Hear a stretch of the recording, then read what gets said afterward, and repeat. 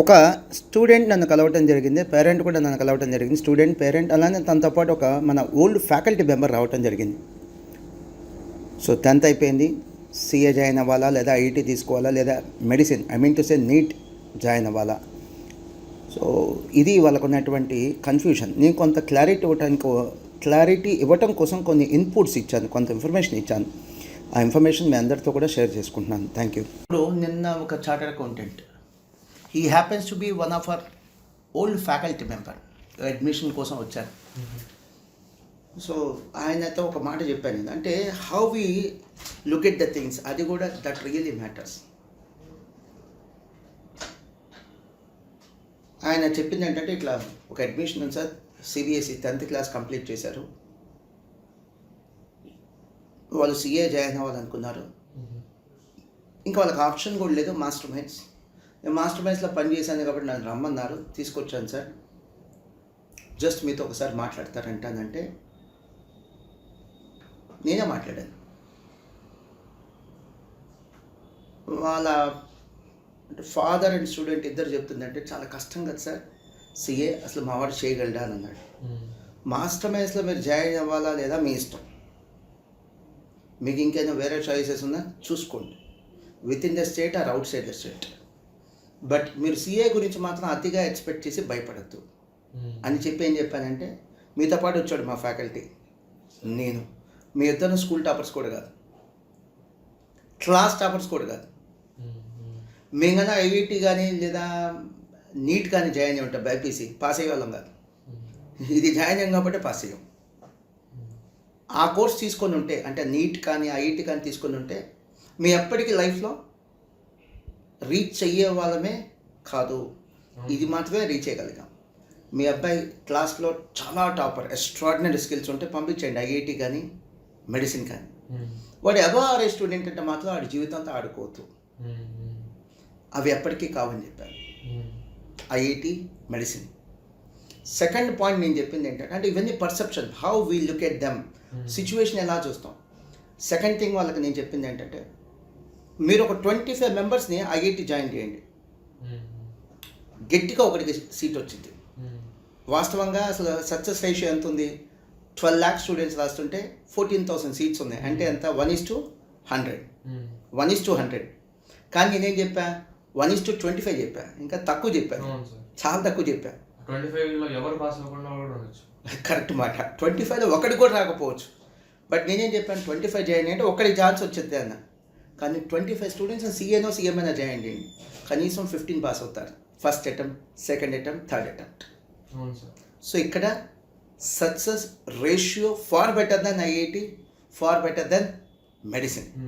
ఇక మూడో పాయింట్ ఏం చెప్పాను అంటే, ఎదురుగా నాకు ఆ ఫ్యాకల్టీ ఉన్నాడు కాబట్టి నాకు ఇంకా ఈజీ అయింది.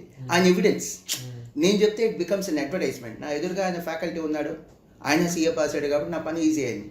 నేనేం చెప్పానంటే, సార్ సిఏ కష్టం అంటున్నారు, ఆలోచిస్తున్నారు, జాయిన్ అవ్వాలా వద్దా. ఆయన అడుగుతున్నాడు, అడ్వాన్స్ కడితే రిఫండ్ ఇస్తారో వద్దనుకుంటే, మేము డెసిషన్ మార్చుకుంటే, ఇవన్నీ అడుగుతున్నాడు. అడ్వాన్స్ కడితే రిఫండ్ అవ్వను సార్, కావాలంటే జాయిన్ అవ్వద్దు అన్నా నేను. అంటే నేను అలా స్టబర్న్గా ఉంటే అది ఒక డెసిషన్ తీసుకుంటాను, జాయిన్ అయినా పర్లా, వెళ్ళిపోయినా పర్లా. ఫస్ట్ ఆఫ్ ఆల్ వాళ్ళ కన్ఫ్యూషన్లో నాకు అడ్వాన్స్ కట్టకూడదు. నేను థర్డ్ పాయింట్ ఏంటి చాలా గట్టిగా ఏం చెప్పానంటే, సిఏ కష్టం అన్డౌటెడ్లీ, ఇదేం బీటెక్ కాదు, బీకామ్ కాదు, సిఏ కష్టం అని చెప్పి మీరు ఏం జాయిన్ చేస్తున్నారు, ఐఐటికి పంపిస్తున్నారు లేదా నీట్ పంపిస్తున్నారు. ఇంతకంటే కష్టమైన కోర్సులు కదా సార్ అన్నాయి, ఇంత కష్టమైన కోర్సు కదా సార్. ఏదన్నా సరే సిఏ కష్టం అనుకుంటే ఏం చేయాలి, ఇంతకంటే ఈజీ కోర్సుకి వెళ్ళాలి. బట్ ఇక్కడ ఏం జరుగుతుంది, ఇంతకంటే కష్టమైన కోర్సులకు వెళ్తున్నారు. ఎంత ఇమ్మెచ్యూర్డ్గా ఉందో మీ డెసిషన్ ఆలోచించండి అన్న. డెసిషన్ మేకింగ్ ఎంత క్లారిటీ ఉండాలి. కష్టమైన కోర్సు వద్దనుకుంటే ఈజీ కోర్సుకి వెళ్ళాలి, కానీ కష్టమైన కోర్సు వద్దనుకుంటే ఇంతకంటే కష్టమైన కోర్సుకి వెళ్తారు, ఐఐటికి మెడిసిన్కి. సిఏ కష్టం అంటే వద్దు, మరి ఎక్కడికి వెళ్తున్నారు, ఐఐటి నీట్ ఇంకా కష్టం కదా అని చెప్పా. లాస్ట్ వన్ ఏం చెప్పానంటే, సార్ 100 మంది ఎగ్జామ్ రాస్తే ఐఐటిలో ఒకటికి ఛాన్స్ ఉంది, దాన్ని గ్యాంబ్లింగ్ అంటారు సార్ అన్న. నువ్వు చెప్పిన మాట కూడా అదే, దాని గ్యాంబ్లింగ్ తగిలిద్దో లేదు తెలియదు. ఎవరికో లాటరీ తగిలింది, మన ఇంటి పక్కనోడికి లాటరీ తగిలింది, మనకి తగిలిద్దని గ్యారంటీ లేదు. గ్యారంటీ ప్రాబబిలిటీ చూడండి. లాటరీ అంటే ఏంటో చెప్పాను, ఆయనకి అర్థం కాదు, నీకంటే అర్థమైంది, సిఏ చదువుతున్నా కాబట్టి. లాటరీ ఏంటంటే సార్, ఎవడో ఒకటికి ఐఐటి సీట్ వచ్చింది, వాడికి 50 lakhs 60 lakhs శాలరీ కూడా వచ్చింది, అది లాటరీ. ఒకడికి వచ్చింది 100, అది మనకు వచ్చిందని గ్యారంటీ లేదు. మీరేం చూస్తున్నారు? రిటర్న్స్ చూస్తున్నారు. ఐఐటి పాస్ అయితే 50 lakhs 60 lakhs. ఎలా ఉందంటే జాబ్ చేసుకున్నవాడు, బిజినెస్ చేసేవాడు లాటరీ కొడితే 1 crore అనుకుంటాడు. ఛాన్స్ ఏంటి? వాడు జాబ్ చేస్తున్నాడు, బిజినెస్ చేస్తున్నాడు, కానీ ఈ డ్రీమ్స్ ఏంటో తెలుసా? లాటరీ కొందాం, లాటరీ కొడితే వస్తే 1 crore. ఇదే రేంజ్తో లాటరీలు కొంటారు వీళ్ళు. వీక్లీ లాటరీస్, మంత్లీ లాటరీస్ కొంటూనే ఉంటారు. ఈ జాబ్ ఎందుకులే, ఈ బిజినెస్ ఎందుకులే, లాటరీ కొడితే ఎంత వచ్చింది? 1 crore. ఆ అజంప్షన్తో కొంటూనే ఉంటారు. ప్రాబిలిటీ ఈజ్ వెరీ లెస్, రావచ్చు రాకపోవచ్చు. అలానే మీరు ఐఐటీలో రిటర్న్స్ చూస్తున్నారు, 50 lakhs per annum salary, 60 lakhs per annum salary, but what is the probability? ఇక్కడ ప్రాబిలిటీ ఎక్కువ, బట్ శాలరీ ఇక్కడ తక్కువ ఉంటుంది. 15 lakhs వచ్చింది, అక్కడ 50 వస్తే ఇక్కడ 15 వచ్చింది. పక్కనే ఉన్న మన సీఏ ఉన్నాడంటే ఆ 50 కూడా ఎక్కడ వచ్చింది, ఆ 60 కూడా ఎక్కడ వచ్చింది? ఐఐటి వాళ్ళకి అబ్రాడ్కి వెళ్తే వచ్చింది. అబ్రాడ్కి వెళ్తే వచ్చింది 50 lakhs 60 lakhs. ఇండియన్ కరెన్సీలో లెక్కేస్తే అది 20-25 lakhs కంటే ఎక్కువ ఉండదు సార్. అమెరికాలో 50-60 lakhs అంటే ఇండియాలో 20-25 lakhs సార్. ఇక్కడ మన ఇండియాలో 15-20 lakhs తెచ్చుకోవచ్చు కదా సీఏ అన్నాడు. ఆ క్యాలిక్యులేషన్స్ కూడా వద్దులేదు సార్, ఆ లాజిక్స్ కూడా వద్దు అసలు. ఐఐటి పాస్ అయితే 50 lakhs, ఎంత ఛాన్స్ ఉంది పాస్ అవటానికి? సీఏ పాస్ అయితే 15-20 lakhs, ఎంత ఛాన్స్ ఉంది పాస్ అవటానికి? ఇవేవి లెక్క లేకుండా బేస్లెస్గా డెసిషన్స్ తీసుకుంటారు సార్. సినిమాకి వెళ్ళటానికి కూడా చాలా లెక్కలు వేస్తారు. మార్నింగ్ షోకి వెళ్ళాలా, ఆఫ్టర్నూన్ షోకి వెళ్ళాలా, అంటే మ్యాట్ని, ఫస్ట్ షోకి వెళ్ళాలా, సెకండ్ షోకి వెళ్ళాలా, ఏ థియేటర్లోకి వెళ్ళాలి, సినిమా బాగుందా లేదా, లైఫ్కి సంబంధించిన డెసిషన్ ఇది. కోర్స్ సెలక్షన్ అంటే లైఫ్, కెరియర్, ఎందుకు ప్రాపర్గా లెక్కలేరు? So no issue. ఎందుకని ఇదంతా నీకు ఇది రెలవెంటా ఇర్రెలవెంట్ అంటే నీకు చెప్తున్నా. డెసిషన్ మేకింగ్ మన ఎంత పూర్ ఉంటుందో జనరల్గా చాలామంది జనం డెసిషన్ మేకింగ్ చాలా పూర్ ఉంటుంది. అలా మనం స్టూడెంట్స్ కదా, మంది కూడా డెసిషన్ మేకింగ్ పూర్ ఉంటుంది. భయపడద్దు అంటున్నాను. మనం చెక్ చేసుకో, మన ఇంట్లో నేర్పించిన కల్చర్. పక్కన వాళ్ళని ఎక్కువ పొగుడుతాం, మనల్ని మన ఇంట్లో వాళ్ళని తక్కువ పొగుడుతాం. అర్థమైందా?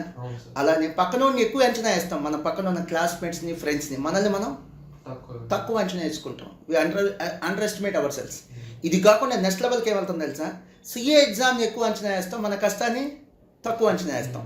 వి feel ourselves as not so capable. మనకి మనమే స్టాంప్ వేసుకుంటాం, ఇంకెవడే వేయాల్సిన అవసరం లేదు. మనమే అసలు కాన్స్టెంట్ వరీ, మనల్ని మనమే.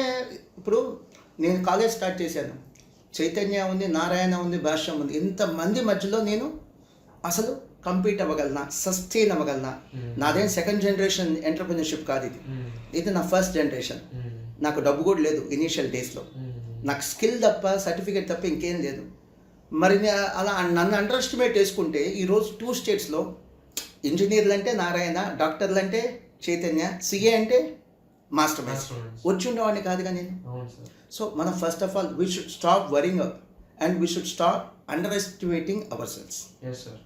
First start focusing on efforts. Results గురించి అసలు వద్దు, మన చేతిలో ఏం లేదు. మన చేతిలో ఉంది ఓన్లీ